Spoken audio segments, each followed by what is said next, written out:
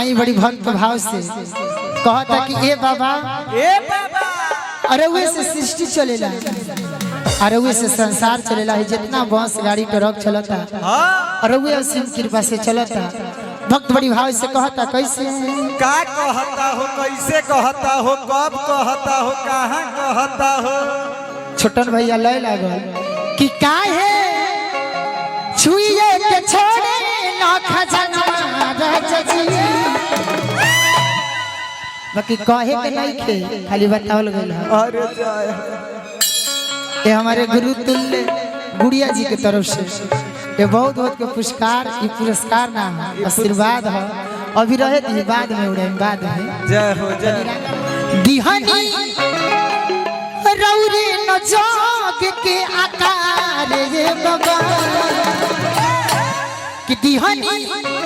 अरे रौरे न जाग के आकार ये बाबा कि राउर महिमा जगत में अपार ये बाबा, राउर महिमा जगत में अपार ये बाबा। दिहनी रौरे न जाग के आकार ये बाबा,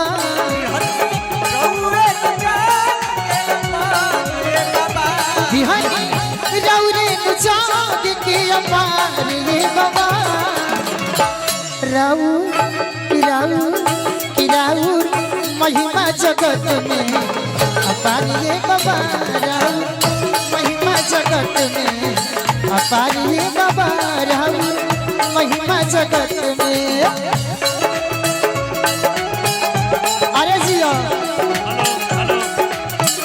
क्या बात है।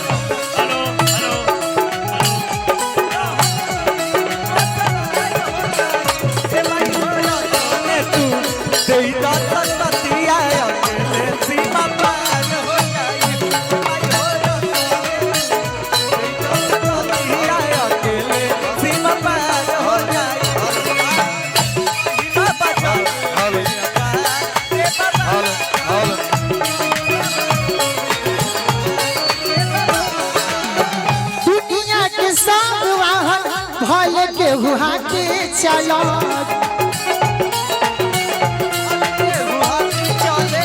दुनिया के सब वाहन भले हाँ के कौनो चलो,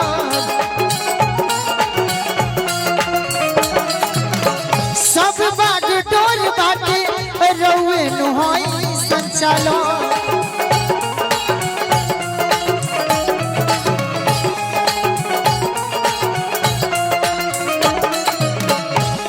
और भक्त कहता कि दुनिया के सब बागडोर रुआ हाथ में बा, अरउरे ये धरती के रचयिता है, अरउरे ये सृष्टि के रचयिता है। अरउर जब आँख मूंद दे कहता कैसे अखिया मूंदते हो लूटी संसार ये बाबा,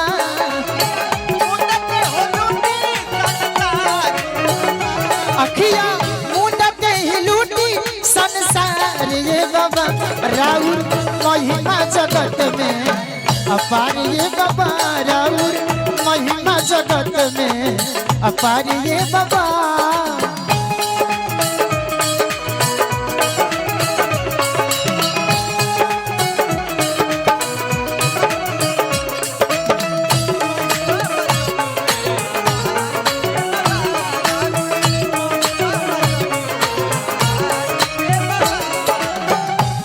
और कहता कि रउए नुहाई कि सोना के लंका बना के दान कर दे, आ रउए नुहाई कि रउआ से भले दोसर को चलावत बाकी रउए हाथ में सब ई वाहन के चालक बा। भक्त विभाग से कहता देवी देवता के रथ रउरे नु रचना,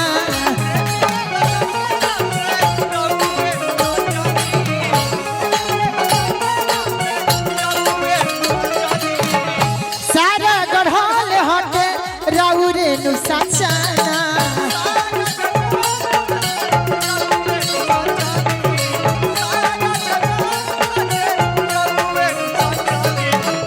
सब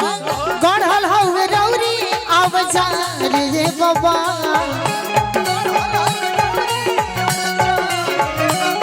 सब गढ़ल हुए रउए अब जा रे बाबा कि सब अरे रउरी गढ़ल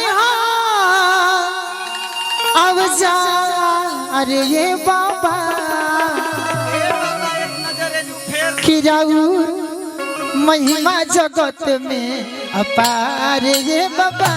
राउर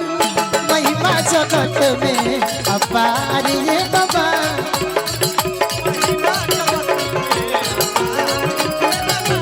दिहानी राउरे नुचोग के आकार ये बाबा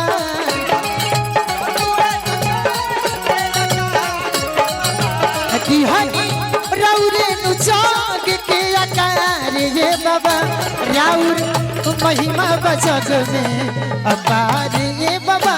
राउर महिमा जगत में अपार ये बाबा राउर महिमा जगत में अपार राउर महिमा जगत में अपार ये बाबा राउर महिमा जगत में अपार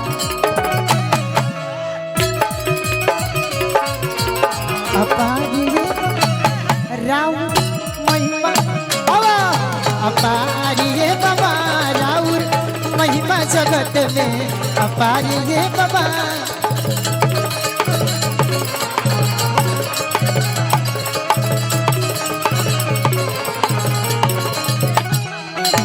प्रेम से बोलिए विश्वकर्मा भगवान की बहुत कम